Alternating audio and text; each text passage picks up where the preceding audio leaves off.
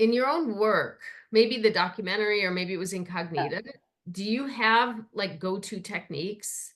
Like you were talking about the Oh, rear projection, that was like a favorite, I but love that. Yeah, split screen. Since I was able to work digitally, I love split screen. I don't know. I think as I've become more academic, I see it as like maybe it's a form of cubism that I'm reclaiming of like just being able to really take an event and look at it from all these different perspectives, which sounds more academic than what it actually looks like on screen. It just looks fun and energetic. Um, but really, like now at this point, my favorite technique is shooting on film and hand processing. My latest film is playing next month in the Nashville Film Festival. It's called Pearl Diver, and it's a film noir about a woman who's trying to dump her abusive boyfriend with the help of her hot new lover, who's a woman. So that all three of these characters come together one night at a bar. And so we shot this on Super 8, black and white, hand processed it. It's playing at a festival. It's going to be shown in DCP format. I'm like, how wild. I mean, we processed it, pulled it out, and I think I filmed it. This is how poor I am as a filmmaker. I projected it onto a wall as a negative. Then I shot it off the wall with a 4K camera, inverted it in Premiere. So white is now black and black is now white. Did some like contrast work and like cropped it so that you didn't see all the frame edges. Um, and that's it. Like, wow, to me, it's that's not poor, that's creative. And that's just knowing very the limited. technology and the steps and what you need to do. And like, why Yeah. spend more money than we need to, right? My Why? gosh, now I got a Super 8 film. It's 3 minutes. I think we shot two rolls to make that work. And what was it cost? Like $100. Wow. In fact, they're like one of the coolest things I saw in Nashville. John Cameron Mitchell came to town and did a live performance at Oz Arts. It's like an art center. And they had live projections playing behind the band with an overhead projector and like, a tub of olive oil and putting shapes in. And it was the coolest thing ever. Like, going back to these old techniques like in the 60s with Jefferson Airplane. you know? And it's affordable and I don't know, but maybe that takes jobs away in post when you start getting creative like that. Yeah. I Oh. don't know. I don't know. Wow, I'm not helping your book. No, you are. This is super cool. It gives Technology. everyone like some like things to think about that are not, especially because film industry in New York, LA, we don't Mhm. always put Nashville in there. Nashville has a massive industry. We also don't put in, someplace like Las Vegas, right? Which has a huge amount of media production, but it's not fiction film, and we're not all Hollywood and television. Uh, And the music industry is enormous too. And so, Huge. you know, And all the artists need to promote themselves on social media and yep. they're in fact, I started teaching in the recording industry MFA program because they wanted at MTSU, they wanted all of their audio engineers to know video. Oh, Like wow. how to promote themselves, what to do with their artists, like if they ended up producing, how do we use video to promote them? Yeah, and I know people in town who they have relationships with record labels and they will work for one day with an artist. They'll shoot a ton of footage and they'll edit it like the second half of the day. So in one day they put together like a 3 to 5 minute promo video and they charge $1,000, which is a deal for the record labels and it's a deal for the guy because he can do it really quickly and then Yeah. he's the next thing. And so he does like, 5 or 6 a month and he's got everything paid. I don't know.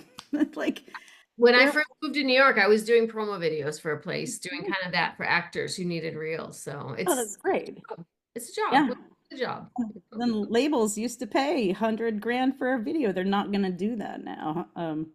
Even with the 50 grand a day studios. There's no way. It'll be interesting to see how virtual production exists outside of Hollywood. Wow. Yeah.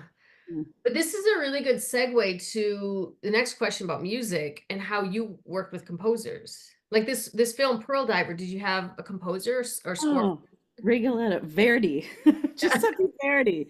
Yeah, that was part of the Nashville Opera Film Noir competition, and the whole purpose of that was to do a film for the overture of Rigoletto. So we were like two women filmmakers in a room full of all men competing for this winning slot to play in front of the opera Rigoletto that was being done in a film noir version. But the director, who's a guy, got up and told us this horribly misogynistic plot line of Rigoletto. And my colleague Missy and I looked at each other like, "Oh hell no, we're gonna make a feminist response." So, anyways, we had to use the actual opera music, but it turned out great. But for I'm lucky in that I guess I'll back up and say music's so hard to get licensed, especially when you're an independent person. Sometimes, like we've lost jobs, and with Michael Kirchberger, we lost a job because, oh God, what was it? Darjeeling Limited. They had only so much money for the sound post budget, and someone underbid us. And still, like, our bid was 250 grand for audio post, and we got underbid by another person, but they had to license music, and so a huge amount of the budget for audio went to music licensing for that film, and we lost the job. Wow. um Anyways, so but now I'm really lucky to work with students at MTSU because we have the commercial songwriting program. We have an audio production program. We've got like music scoring classes. And in Nashville, there's a ton of music supervisors whose job is to get music placed in film and television, mostly for the country music industry. But these are folks who are skilled and, who are friends, you can look towards to get advice. But almost every film I've made, I've initially used unlicensed music and it's hurt me. Yeah. My most recent film, I'm collaborating with a student who's writing stuff for it. But yeah, music's so hard. I think Incog- collaborating with composers is so critical. yeah. But Incognita is a musical, Oh right? yeah, that's right. Yeah, I was thinking more about Well, Prodigal yeah. But documentary. yeah, this is because documentary and you're licensing and getting soundtracks and scores, and it's doing film music. There's all these little categories. Oh my So gosh, there's people going around Nashville. There's music in every clip. I'm like, how can I use this? Like, really looking at fair use. Now I'm gonna have to run everything through a lawyer to make sure like I'm not violating copyright or even privacy laws with the people in the footage. Ugh. mm, But Incognita, yes, luckily original music because Sarah, who made the costumes, also wrote all the music and stars in this film. So yeah, and then we worked with a David Weinstein, who's a composer who had done a lot of work with Nashville Children's Theater, um, and he also teaches at Belmont University, or did teach, and I think has since left to start a theater camp in Maine. Like tough life there. Sounds fun. But anyways, he did some orchestrations with strings, and because we're in Nashville, Sarah's got a music studio in her backyard. We all have these like sheds in our backyard where we record really amazing music here in Nashville. So I will say Tennessee has passed an incentive for scoring. If you use musicians here in Tennessee, you can get a tax rebate. that's Anyways, that's good to know. yeah, composing for film, TV, and games because there's so Wow. many composers in Middle So Tennessee. cool. I had a composer on my documentary that I'm releasing now, and Game you know, changer. you pay someone, but then you don't deal with all of the licensing and the headaches of that. You pay someone and you send it over to BMI and you're like, okay, here we go. And then you get what you want. Yeah, I know. Just yeah. Yeah, I think that's a good place to put your money in a budget. It is. Mhm. Okay. Film industry, recent developments in post-production. What are you Mhm. excited about and specific tools that you love or initiatives that you're excited about? Mm. Two different worlds, I guess. The most excited, me personally, editing on an iPad. I'm kind of really excited about it. I cut a little film on my iPhone as a joke for a friend, and it took me about an hour. And I'm like, this is so easy and fun, even though it's way limited to what you could do on an actual workstation. But, thinking about how to teach this to my kiddo, you know, and also realizing like I think I'm neurodivergent now, like my kid is, I think I have ADHD. And so there's something satisfying about going back to that tactile thing.